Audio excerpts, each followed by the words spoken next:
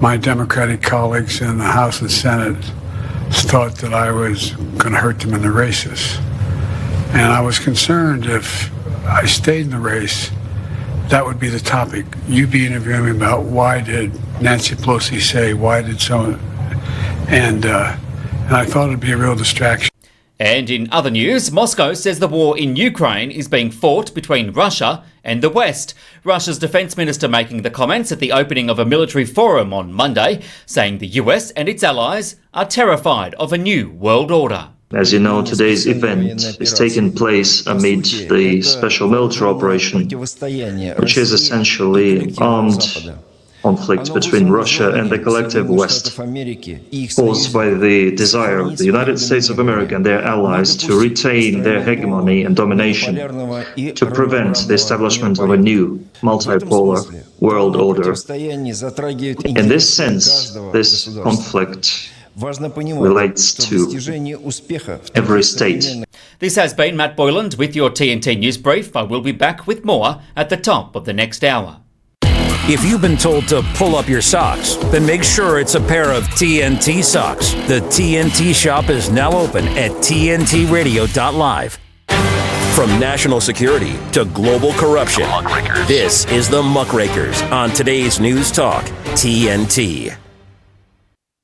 Hello, everyone, and welcome to the Muckrakers on TNT. Today is Tuesday, August 13th. I'm Taylor Hudak, joined by my fantastic co-hosts, Andrew Eborn and Basil Valentine. Now, during the next hour, we will deep dive into the UK riots, as well as analyze how the political establishment stands to gain from playing both sides on this particular issue. But before we get into that, we will discuss Donald Trump's returning to the X platform, formerly known as Twitter, as well as his 2-hour-long interview or discussion with Elon Musk. So, gentlemen, thank you for being here today. Really looking forward to this discussion. I do want to first begin by mentioning that prior to this 2-hour-long interview, which came at the same time that Trump had returned to Twitter, Musk received a rather, I would say, threatening letter from the European Union, specifically the EU's digital commissioner, Terry Breton. This letter warned Musk that on the platform, being X, that he must follow the provisions within the Digital Services Act, or DSA, in the context of this upcoming interview with Trump, which did stream on the platform, as well as some of the content that has been circulating on the platform regarding the UK riots. Now, specifically, this letter read that Musk and the platform X must take all proportionate and effective mitigation measures and have those in place to help prevent the amplification of harmful content, disinformation in connection with these relevant events. And then at the very end of the letter, it also goes on to state that should Musk and X not comply with the Digital Services Act and these various provisions, that the DSA and those who are in positions of power to uphold these provisions will do whatever they can. They will not hesitate to act, should it be warranted, to protect EU citizens from serious harm. And I have to say, when I read this, I found it quite insulting to the intellect of EU citizens. I think most reasonable people are able to engage on the platform in a respectful way, and that people are able to discern what is outright disinformation or nonsense from the truth. Of course, in times of crisis, things can get a little bit confusing as to certain details regarding a major breaking news event. But I thought this was very reminiscent of, let's say, the Soviet Union. And this is the kind of behavior that we see coming out of dictatorships. So I'll hand it first to you, Basil. What was your thoughts on this letter? Well, first of all, the interview, which was inexorably dull more than anything else.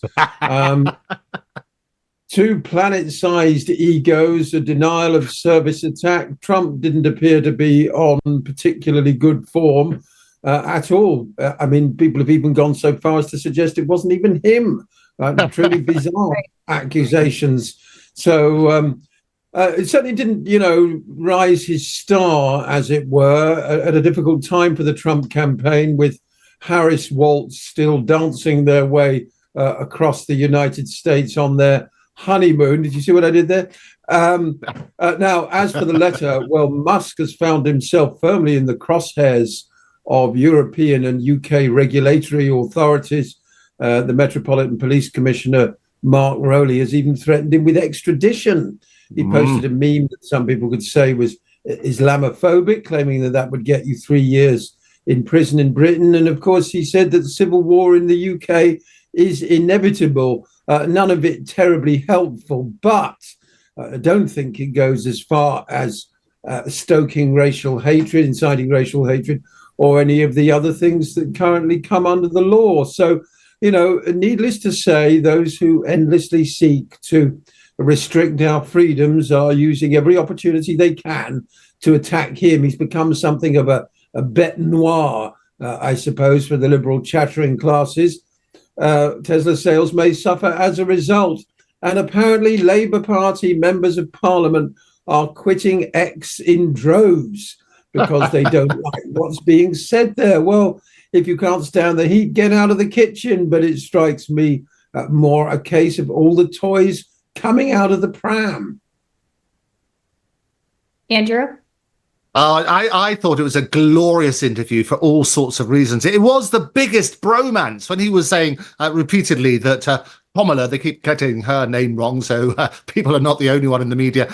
Kamala, they keep saying she would never do such a tough interview. Well, it wasn't tough at all. What I particularly liked is Trump back on X. There he is. The last time he was on X was this glorious picture here on the 25th of August, or almost a year ago, 25th of August, 2023. That was his mugshot, you might remember. Election interference, never surrender, DonaldTrump.com, which got 316 million. Well, he now posted back again last night saying, are you better off now than when you were when I was president? Well, you know his rhetorical answer to that. Our economy is shattered. Our border has been erased. We're a nation in decline. Make the American dream affordable again. Make America safe again. Make America great again. So a rallying call. And boy, was it easy.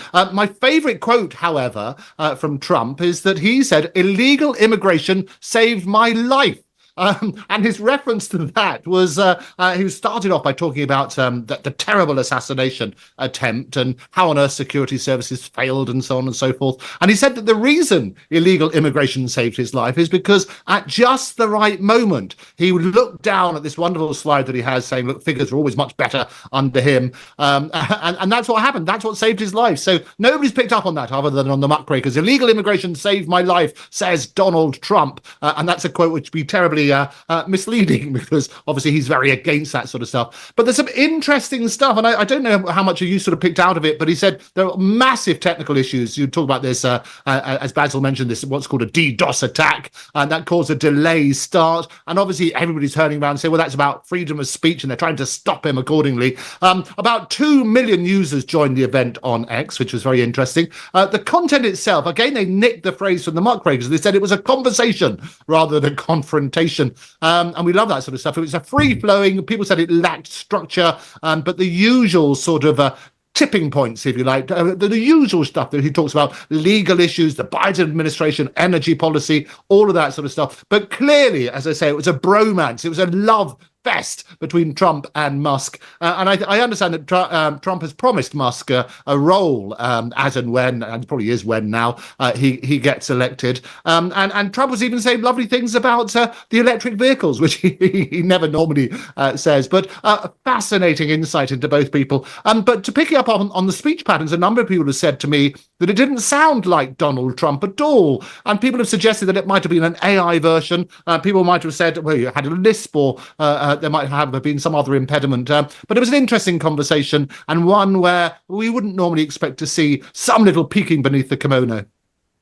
Exactly. And Apparently they even- going into this, I definitely did not expect this to be a overwhelmingly professional interview. I expected it to be more of a conversation. However, I've seen some in the media echo this sentiment, stating that this left a lot to be desired. Of course, there wasn't any hard-hitting questions. And I also noticed that Musk himself really made an opportunity to distance himself from the so-called far right. And he said he's traditionally been more center-left or more left-leaning in his political views, but that he very much supported Trump and wanted him to lead the country come November. So that was my take. I've also seen the rhetoric online about how Trump sounded a little bit off. Speech seemed to be a little bit slurred. That could be perhaps an audio issue, but I'm not really sure. I was quite surprised. It didn't quite sound like Trump. Basil, why don't you weigh in?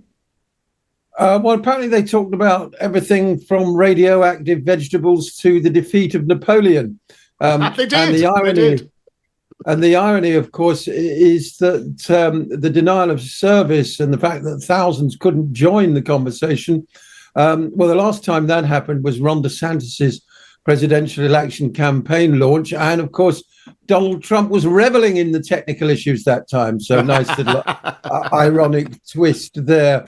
Musk apparently kicked off by asking Trump to describe his attempted assassination, calling his courage under fire inspiring. And Trump had promised the Republican National Convention in Milwaukee, "You'll never hear it from me a second time because it's too painful to tell." But then, of course, went on to tell Elon Musk. And he's going back. He's promised he's going to go back to the very scene, and he's going to and he's going to start off by saying, "Now, where was I?" And then he's going to work on that. So basically, the crowd will all laugh and cheer him and fight. It was undoubtedly a love fest. It was undoubtedly playing to all of that sense. The reference to radioactive vegetables, Basil, is when he went to Chernobyl, Elon Musk, and apparently he sort of went there and he ate some vegetables just to prove it was safe. Because what Donald was saying, he was saying, look, people should be very scared about nuclear energy because the radiation will go on for thousands of years. And Elon was trying to say, well, look, don't worry about that. I've eaten some vegetables and there's nothing wrong with me now. Right. Yeah. I mean, Now, you would think that. Go on, Taylor.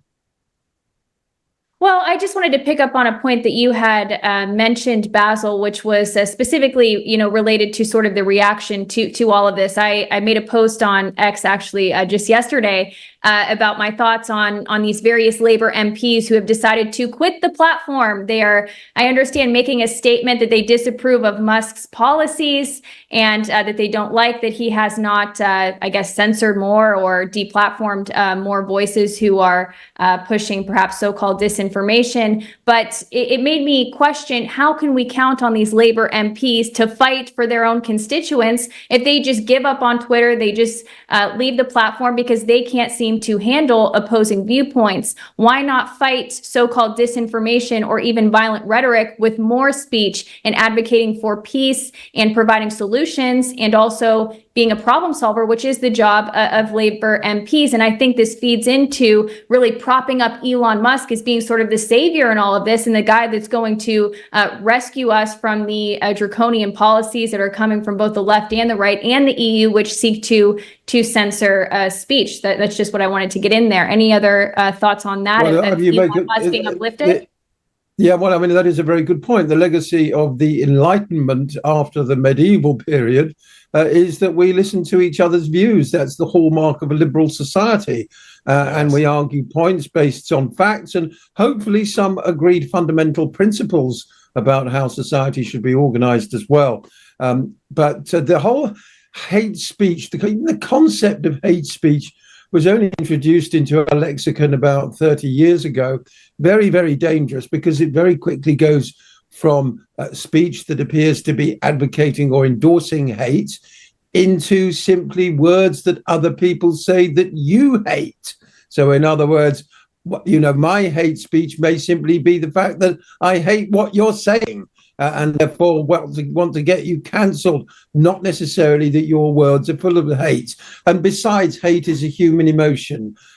We wouldn't dream of censoring love speech. And it's perfectly healthy to hate and abhor, violence, the genocide. I hate what's going on in Gaza. Is that hate speech? Of course not. Right. Andrew, I want to get your thoughts on this point quickly before our break. Now, you mentioned hate speech, Basil. In the United States, hate speech is not a clearly defined principle. And in fact, and many people may not like this, but hate speech or hateful speech is actually protected by the First Amendment. Of course, there are a series of tests that the courts will use to determine whether or not that speech in question is a imminent threat and if it is likely to lead to real world violence. But there is a difference here between the UK policies and legislation and the United States. But I know that the UK police commissioner or the Metropolitan Police Commissioner had stated that he may seek to extradite, or that the prosecuting authorities may seek to extradite Americans for violating free speech laws in the UK. Andrew, as an attorney, do you see this as being a potential threat to Americans who I think what be happens questioning is the UK's policy? Sure. Whatever happens, what you don't want is woolly language. So when you don't define something, that's when you get this woolly language. We had a classic example in Scotland about the Scottish so-called hate laws, and that sort of thing. And you might remember that J.K. Rowling, as in bowling, came out and said, well, come to me first. You've got to have the right to be able to speak out. You've got to be able to air views that people feel uncomfortable about without that being hate. And the police made the big mistake about turning around and saying, we're going to prosecute going to investigate rather, and then prosecute as appropriate every single complaint. Well, that was a nonsense when you're having crime at an all-time high and various things were going unchecked, if you like. So that soon turned down that sort of rhetoric. But it's glorious rhetoric. And I think we have to be very, very careful because there's some horrendous things that are being said in the name of free speech, but have got dire consequences. And we're going to come on to that when we talk about the riots in the UK. So to the extent there is any sort of incitement to violence, any sort of incitement to commit murder, as there have been on those sort of things, then it's absolutely right. You need to stamp down on those, but absolutely wrong to prevent general free speech and opinions to which you don't agree. Absolutely. Great place to end this part of the discussion. We are now going to cut for a short break. When we return, as Andrew said, we are going to do a deep dive into the UK riots as well as the UK government response. So that's what we'll be talking about next. You're watching the Muckrakers on TNT. When the world's endangered animals need help most, when their lives are at greatest risk, when they would otherwise be lost, the International Fund for Animal Welfare is there, taking action to rescue the animals we love, to protect them and their threatened natural habitats. But the danger to animals the world over is growing, and the need for your help has never been more urgent.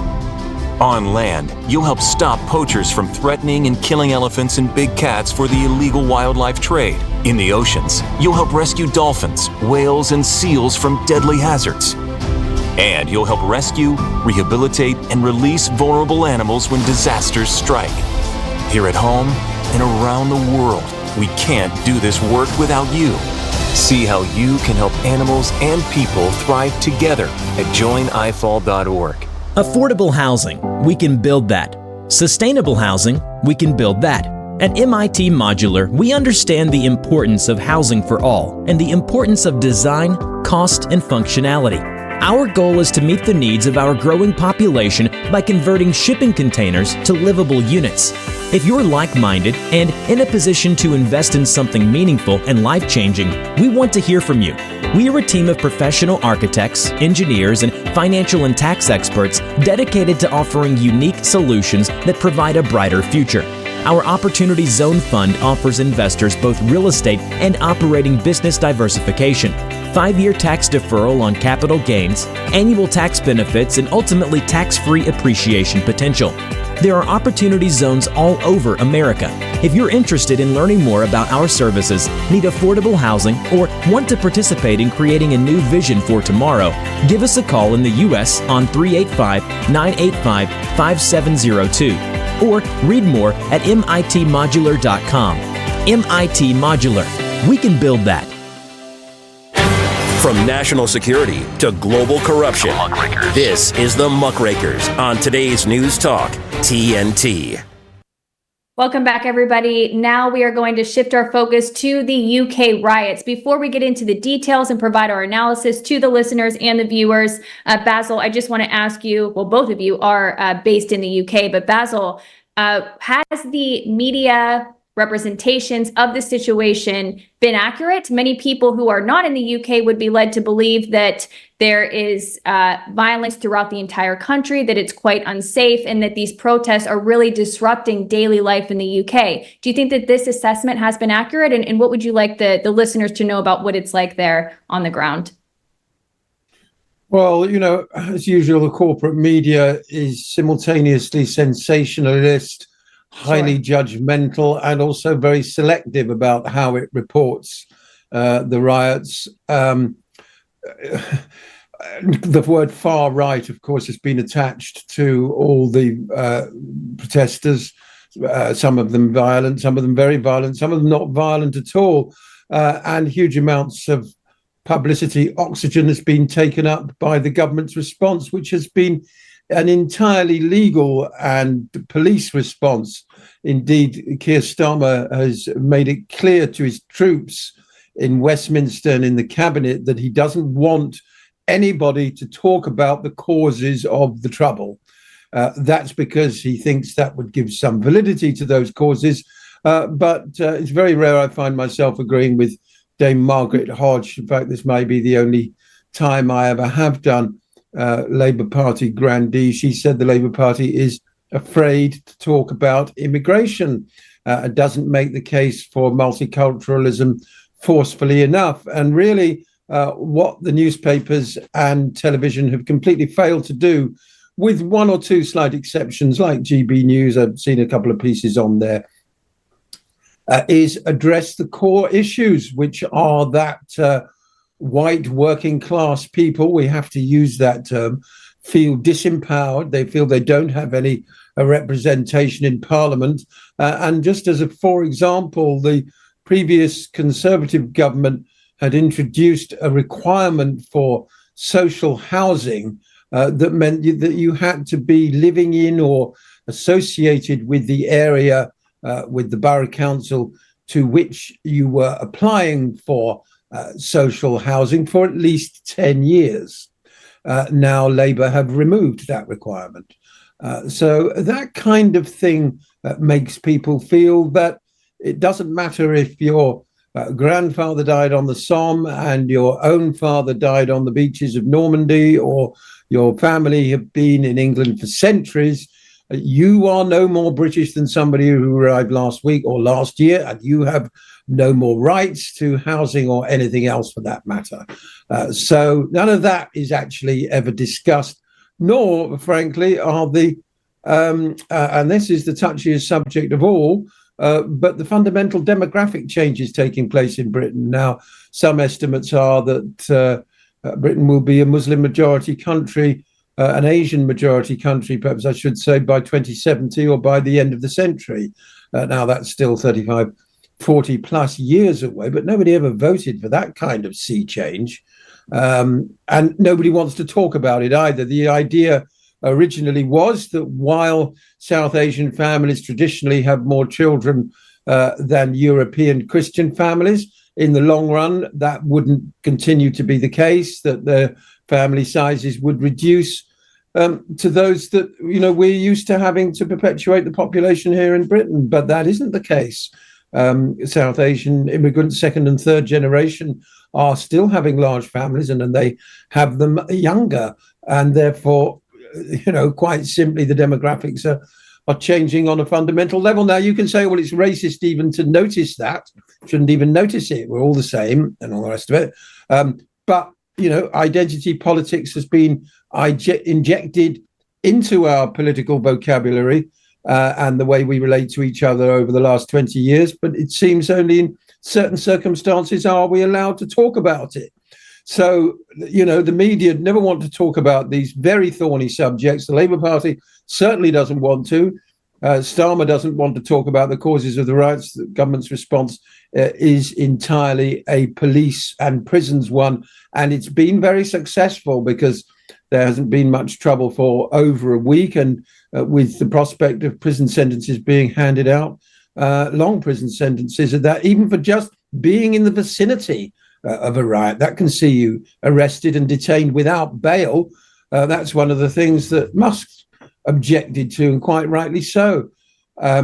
So, you know, we're not out of the woods on this yet. And you know, this is one of the few forums, today's News Talk, where we are giving at least some airtime to these most difficult of subjects.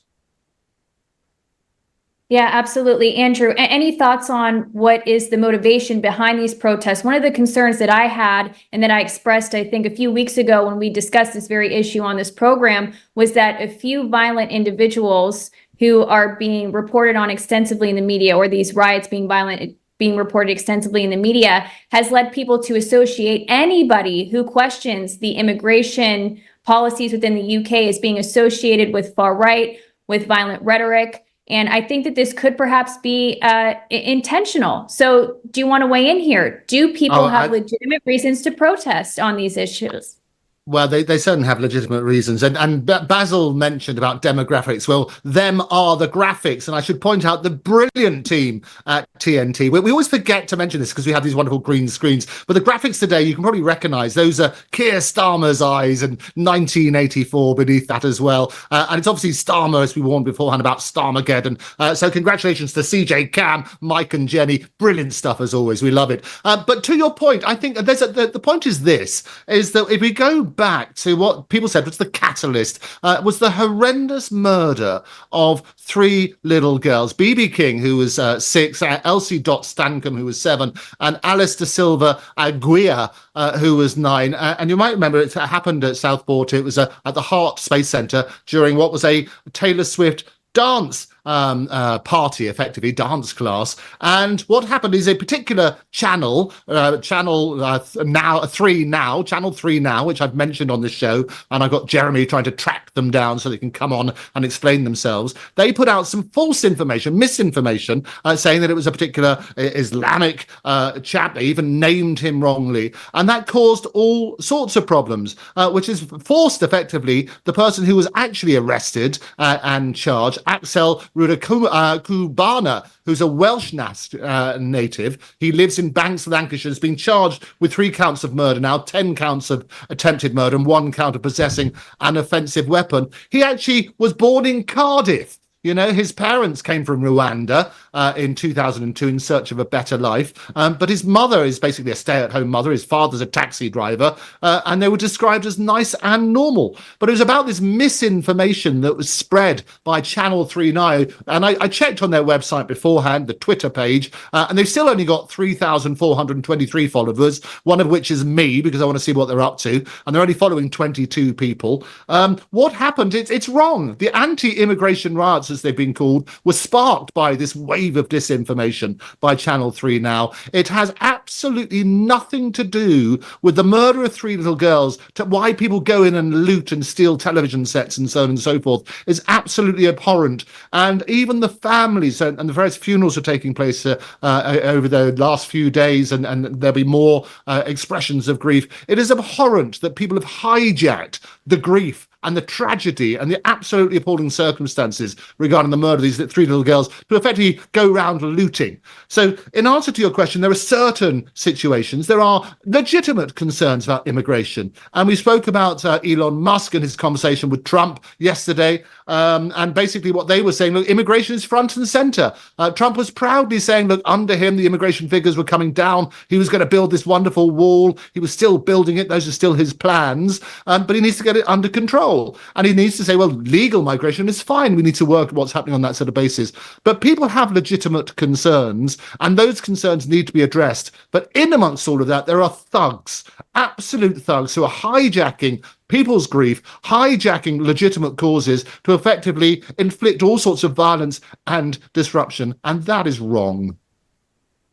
Yes, the problem with the violence is that it shuts down the national conversation before it's even started, because the protesters can be characterized as far-right thugs, and therefore there's no need to engage with them at all. And the legitimate concerns you mentioned, Andrew, is simply never addressed, and that causes further resentment. I mean, you've got to go back decades in some ways with this, to the disassociation between the working class and the Labour Party that was originally founded to represent working class people. Back in the 1970s, you had a lot of trade unionists in the Parliamentary Labour Party, a lot of working class MPs, up to and including the likes of Harold Wilson himself, of course, who went to Oxford University but came from a working class background. Lots of trade unionists were in Parliament, like I said. Now that's all finished. Now it's the metropolitan elite that have taken full control of the Labour Party. They parachute candidates in from all over the place into the safe seats. And so as a result, I mean, we know it was self-evident after Brexit, large swathes of the country are what Hillary Clinton called the deplorables in the United States. Yeah. They're the sort of great mass of British Tommies. Now, they're not all racist, far from it, but they've seen their country change irreversibly over the last 25, 30 years or so, and they didn't vote for it, and they're feeling left behind. Now, the important report produced about inequality from the Afro-Caribbean chap whose name escapes me for the moment, I'll bring it up later, which commissioned to look into inequality and resentment, said that it's undoubtedly white working class people that have been left behind the most. That really irritated the lefties because, of course, they want to reduce it all to identity politics based on race. So, these are some very, very difficult issues. And as I say, if we go back 50 years, the Labour Party was a very different beast. And so the working class felt they had a voice in Parliament. They don't anymore. It seems very much that the British establishment does not want to look into or discuss the potential systemic issues from within the UK that could be causing this violence, or at least causing this outrage or just general unhappiness with the current state of affairs, especially as it relates to migration and immigration from within the UK. And this bit of information is very interesting, given that there has been several reports, and one recent report that I do want to discuss coming from the Times, it was just published yesterday, which seeks to state that according to former MI6 officer Christopher Steele, that there is clear Russian involvement with these UK riots, and that they are linking that to Tommy Robinson somehow being taking part in this. And we know that, of course, he has been encouraging people to go out there and protest. However, I would argue that there's far more evidence to show his connection to Israel and Israeli organizations and think tanks, not so much Russia. And we know, of course, this plays into sort of the political or geopolitical issues that the UK is faced with right now. So any comments that you have, Andrew, perhaps on this recent article? Yeah. Do you think that there's substantial concern about Russian involvement, or is this just sort of a joke, really? Well, it's certainly not a joke, and I think all of these things need to be taken seriously and investigate. But I always urge everybody to question everything. And there's a lot of misinformation around Tommy himself. And I thought it might be worth sort of at least looking at some of the facts. His real name, for those who don't know, is Stephen Yaxley Lennon. Stephen Yaxley Lennon. He was born in Luton, which is not too far out of London. I've got lots of good friends there. In 1982, he's got a history of hooliganism and so on and so forth. He founded what was called the English Defence League in 2009, and that was a movement focused on Islamophobia and opposing what he claims was the Islamic takeover of the UK. His rhetoric tends to target Islam and Muslims. He portrays them as a threat to the British culture and security, and he's been involved with other far-right groups and movements across Europe. From what I last saw, he's sunning himself in Cyprus at the moment, avoiding what's happened there. Right. All sorts of legal troubles. He's got a lengthy criminal record, including violence, fraud, and contempt of court. And the biggest thing at the moment, the misunderstanding at the moment, is the reason for the arrest warrant is to do with a defamation case, and it's to do with contempt of court. And what happened in the recent rally that he held here in London is that the defamation case said he was never to repeat particular accusations against a Syrian schoolboy, and he'd made this documentary which had lots of allegations and interviews and so on and so forth. And what he did during this rally, he basically broadcast that documentary, and as a result of that was contempt of court, and the warrant for his arrest was issued as a result of that contempt of court. But he's now run off, and he's currently in Cyprus, as I say, avoiding that sort of stuff.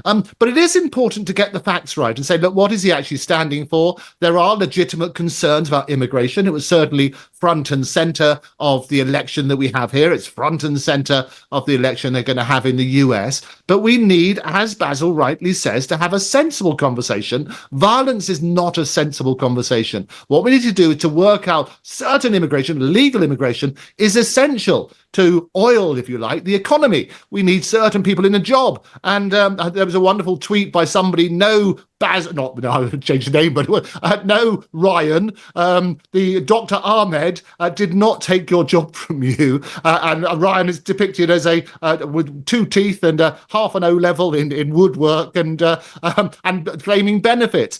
So we need a skill where there's a skills shortage. We need to make sure that appropriate people are brought in, but that's legal migration, and we're making sure that sort of works in the care sector. For example, we need to make sure there are sufficient people who can do sometimes the jobs we don't want to do, and it's working on that sort of premise.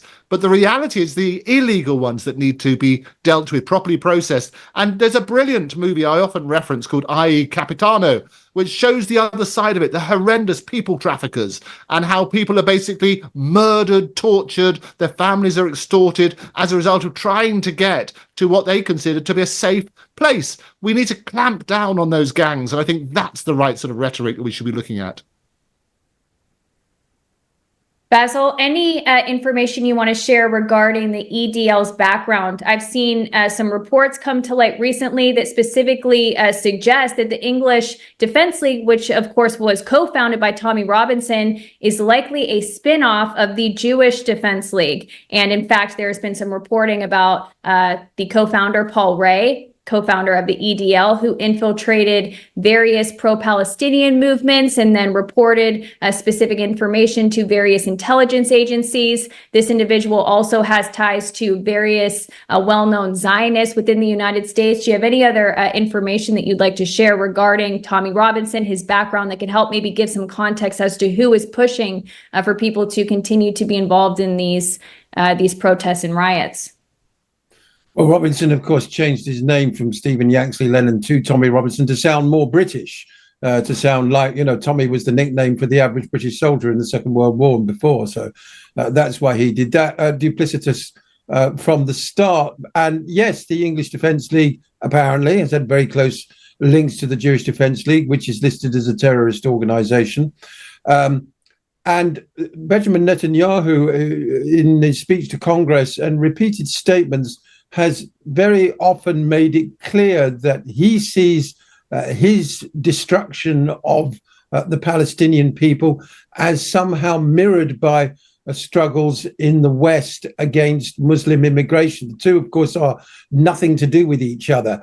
Robinson is often depicted in a Mossad T-shirt. I've heard that he's been sighted in Tel Aviv in the last couple of weeks. I can't confirm that.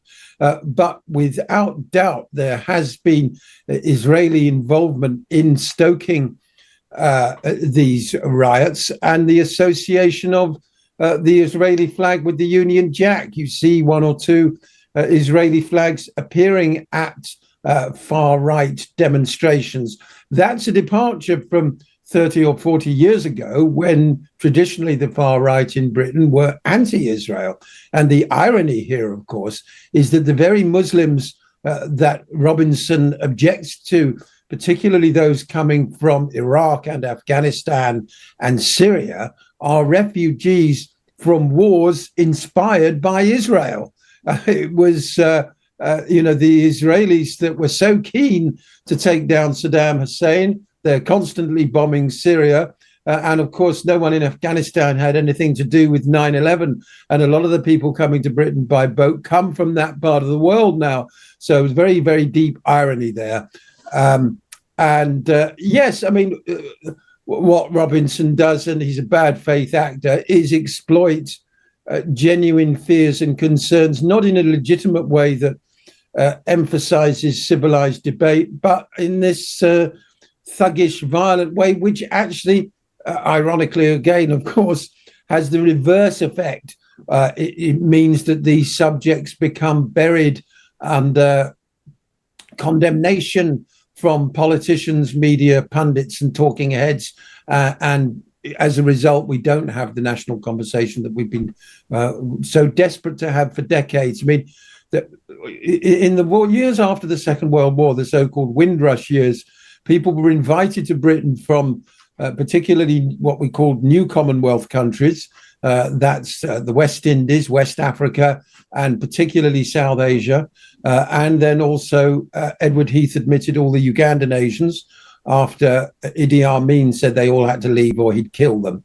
But then at the end of the 20th century, under Tony Blair, he decided he wanted to change Britain's demographics forever by allowing basically, much less restricted immigration from all parts of the world. Now, just the other day, the Foreign Office were forced to deny that it had issued 450,000 visas to Nigerians in the first 6 months of this year. Apparently, the figure is actually more accurately 250,000 visas have been issued to Nigerians in the last 12 months up to April. But that's a lot of visas, 250,000 in 1 year. If you do that for 10 years, it's 2.5 million people. Now, that's the equivalent of 4 or 5 times to towns the size of Leeds.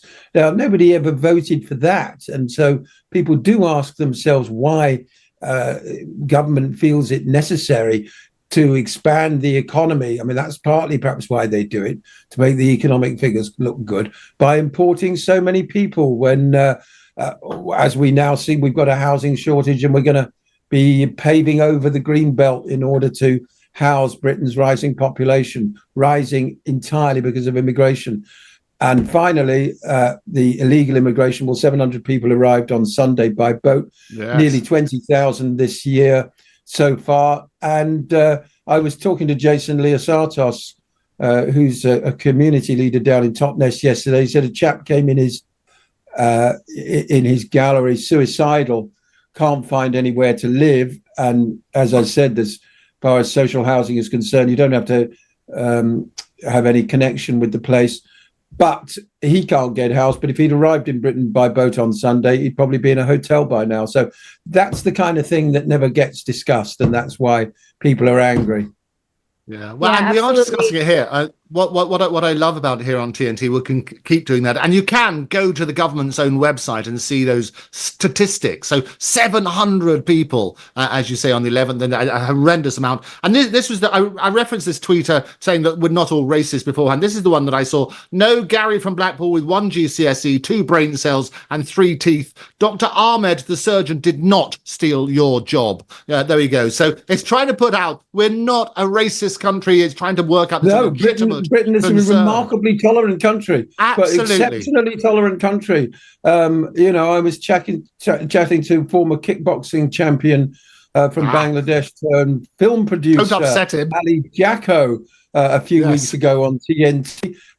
He's made a fantastic life for himself in Britain. Son of Bangladeshi parents, grew up in the East End. Now a film producer. He was down at the Cannes Film Festival. He told me there's no racism in Britain. Well, he's not right on that, but we're not racist generally. I think that's right. All right, guys. Seriously, fantastic discussion here. Really important to lay out that historical context. Next, after the break, I do want to focus on the solutions. What Keir Starmer, which, by the way, his eyes are our background today. Those are Keir Starmer's eyes that are gazing back at you. So we will discuss his policies that he has put forward if we are in a situation in which is a problem reaction solution. We'll get into all that in the way forward just after a short break. While serving in Vietnam, a grenade took my ability to see. Today, I'm a sculptor, creating new visions. Now, my fingers are my eyes. As a veteran, I know the challenges of life can be great. In my art, turning a lump of clay into something beautiful, that means a lot to me. Life is like that. We each must use what we can to make things better. DAV helps veterans like Michael get the benefits they've earned. They help more than 1 million veterans every year in life-changing ways. Now, I show others how they can create something with their own hands. With support from DAV, more veterans can shape their lives into a thing of beauty. My victory is bringing beauty into the world. Michael Naranjo, may your victories inspire many more. Support more victories for veterans. Go to DAV.org. She was reading at a 2nd grade level in kindergarten. Pod force swimming before she was 7. Finally convinced mom to get her ears pierced in the 3rd grade. Came in 2nd at her 5th grade spelling bee. Drill team in the 7th. And with 1 stroke of the keyboard, 1 click of the mouse, it's gone. It's gone. It's gone. report a cyber tip today. You're listening to the Muckrakers on today's News Talk, TNT. Thanks for sticking with us, guys. Okay, I now want to look at the reaction, what policies have been put forth by the British government. I remember the last time we spoke about this on the program, it was just a few hours later after we were warning of a potential draconian response to these riots. Keir Starmer gave a speech or gave an address to the media. It was rather short, in which he encouraged for predictive policing programs to be used by the police. He also announced the setting up of a new violent disorder unit, and he also made a warning to social media companies to really get it in check to prevent further disinformation and violent rhetoric from being circulated online. And one of the concerns that I had was that this was going to be eventually, if not immediately, used against journalists, dissenters who were reporting information or providing a perspective that went contrary to the establishment. I really think that there is a substantial concern that this is really the end goal to all of this, to further restrict movements, which is, again, something that Keir Starmer has advocated for, to surveil people more, to implement further use of AI as part of a pre-crime policing strategy. I mean, this is what we're really facing here. This is the heart of the issue, that the UK is going to become an even worse police state and surveillance state than it already is. Basil, what is your thoughts on this? Do you think that the response has been disproportionate to the problem? Well, the Mayor of London, Sadiq Khan, said he didn't think the Online Safety Act, which was only passed last year, and the stipulations of which are just coming into force now, he didn't think it was fit for purpose. So they promised to do a review of that.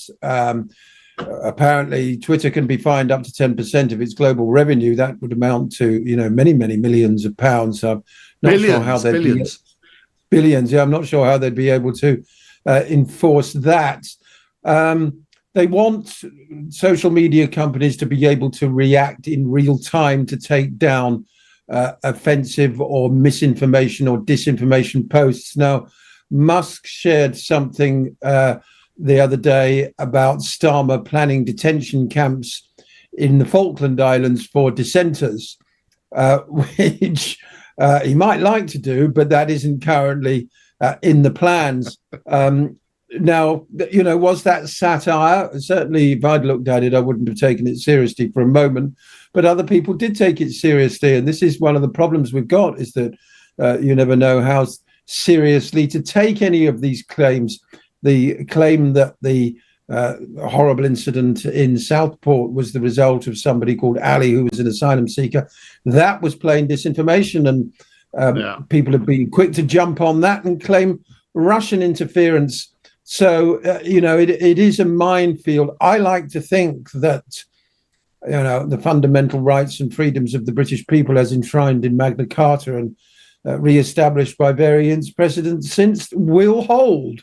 But Yvette Cooper, the Home Secretary, has said, you can expect a knock on the door. We've got some as Andrew said, we've got some very badly defined language about harm and the relationship between online harm and real world harm. And yes, a lot of this is very, very woolly and open to different interpretations.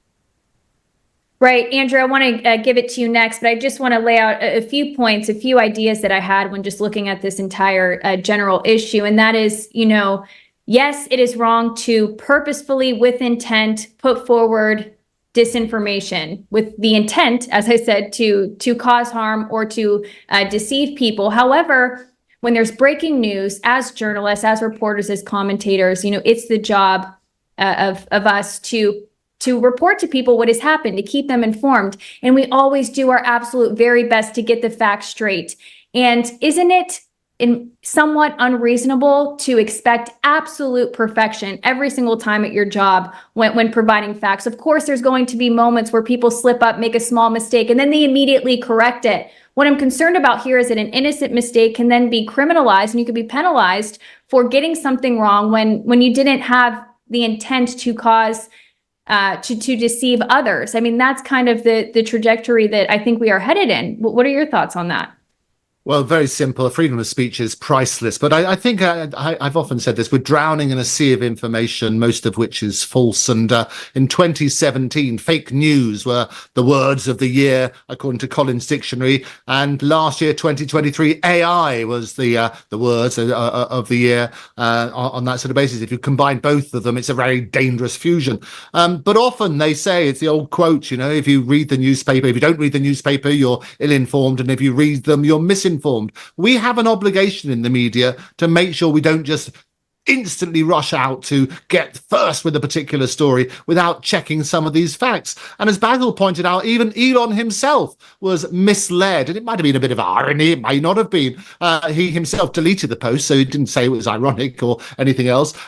He deleted the claim about these detention camps, but he posted it very, very quickly. The difficulty is this: in any crime, there are two elements from a legal point of view. There's the actus reus, which is the actual act of doing something, and the other is the mens rea, the guilty mind. So I think absolutely, if you have clarity that you're deliberately spreading misinformation with the intent of stirring up hatred, with the intent of inciting violence, then absolutely clamp down on that. But what you mustn't do is shut down genuine journalism where we hold people's feet to the fire and express opinions that people might disagree with. Exactly. Unfortunately, I don't think that it is unreasonable to be fearful that these new policies or policies that we already have in place will lead to censoring of truthful information. This happened with COVID, Ukraine, and on a number of issues. This is the history that we have to look to, in which this has already happened time and time again. And also, I just want to point out that I am not somebody who is a big fan of Elon Musk. I'm a little bit skeptical of Elon Musk, and this is it by looking at the things that he has done. He has worked with Israeli-based tech firms, which have been used for the, say, verification process on Twitter, which is actually why I have chosen not to verify myself on Twitter, because I didn't want to fund his mission. He wanted to create or make Twitter an everything app.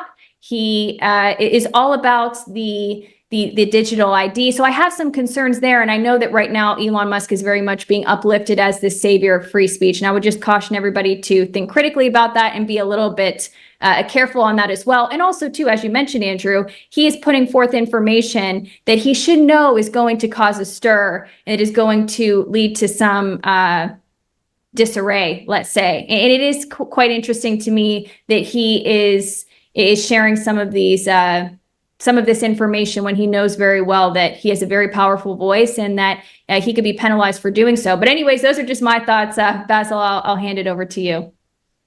Well, apparently Lewis Atkinson, the Labour MP for Sunderland Central, has begun collating a list of MPs from his party who used Threads, which is the Meta / Mark Zuckerberg alternative. So they can all talk to each other there. I don't know who else they'll be talking to, because Threads has, frankly, a tiny following. You're right about Musk. He was in the gallery during Netanyahu's homicidal psychopath speech to Congress, applauded by all those performing seals. So, he's far from a total paragon of virtue, but I do respect the way that he allows Twitter users to say pretty much what they like. And that really does need to continue. It is the global public square these days. We're in a very different era from when we all just used to buy newspapers and watch our television sets in the evening. And the fact that you can engage with public figures via social media, I can write a comment on a post by people right up to and including the President of the United States or the Prime Minister of Great Britain. They might not read it, whatever, but nevertheless, that engagement has actually enhanced our democracy, and we need to, preserve it and continue with it rather than shut it down. Yeah, just a couple of points to pick up on Basil. I never want to pick up on Basil, but I'll give you some stats because it's always helpful. Whilst Threads has declined, and I do use Threads myself, basically it still generates 26 monthly million downloads in 2024, and has over 200 million monthly active user base. So there's quite a few people there on that sort of premise. So I think it's important to look at that. As regards Elon, I mean, going back to the interview which we started today away with. He's not exactly impartial anymore. He's made it very clear, and he said this deep into the interview. I don't know if people got all that particular way, but he said to Donald in this bromance, as I say, it is essential that you win for the good of this country. Now, that's not an impartial journalist. It's not a difficult interview, but that's what he said. And if you work on that sort of premise, it was definitely a love fest, going back to Basil and his words of hate and hate speech and everything else. But this was a love speech, and that's what Elon was doing with Donald last night. Basil, quickly, any final comments you have? Well, as we always say here on today's News Talk, without freedom of speech, you don't have any freedom at all. With respect to the UK riots, I'd like to see a national conversation about immigration without even, as soon as you raise the subject, being dismissed as far right. People have even been calling for Nigel Farage to be arrested, but all Labour seem to want to do is screw the lid on the pressure cooker, and that won't solve the problems. Excellent insights. All right, gentlemen, this has been a fantastic, very interesting discussion, one that will absolutely continue because we have to keep thinking about, okay, what is the way forward? Is the appropriate response to have a central authority on the media or digital services to dictate what is acceptable speech? What is not? Exactly. I agree with you. That is definitely not the case. And so we need to respectfully, peacefully, and legally counter the DSA, Digital Services Act, and the upcoming EMFA, European Media Freedom Act. We should expect more censorship under both of these policies put forward by the EU. There's equivalents, of course, in the UK and in the United States. We need to stay just very quickly before we go, Teddy, an awful lot of the lies that were told about during the whole COVID farrago still stand to this day. So ultimately, we may have to end up in court to decide what's true and what's false. Sure, absolutely. All right, thank you, Andrew Eborn. There you go. Yes, thank you, Andrew Eborn. Thank you, Basil Valentine. And I want to thank you all for watching the Muckrakers on TNT. Catch us at the same time tomorrow.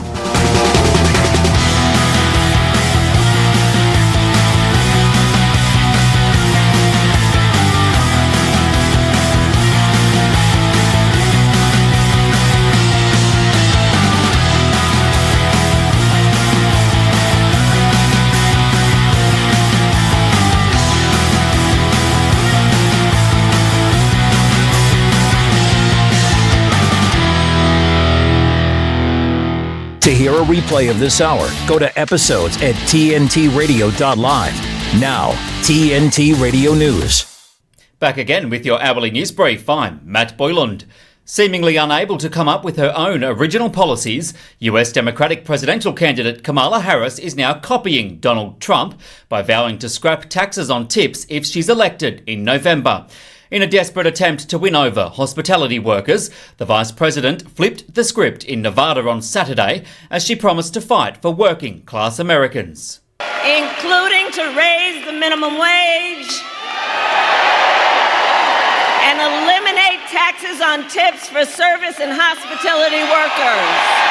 But Harris's surprise new pledge to eliminate taxes on tips comes after President Joe Biden announced a plan earlier last year to crack down on tips by increasing taxes.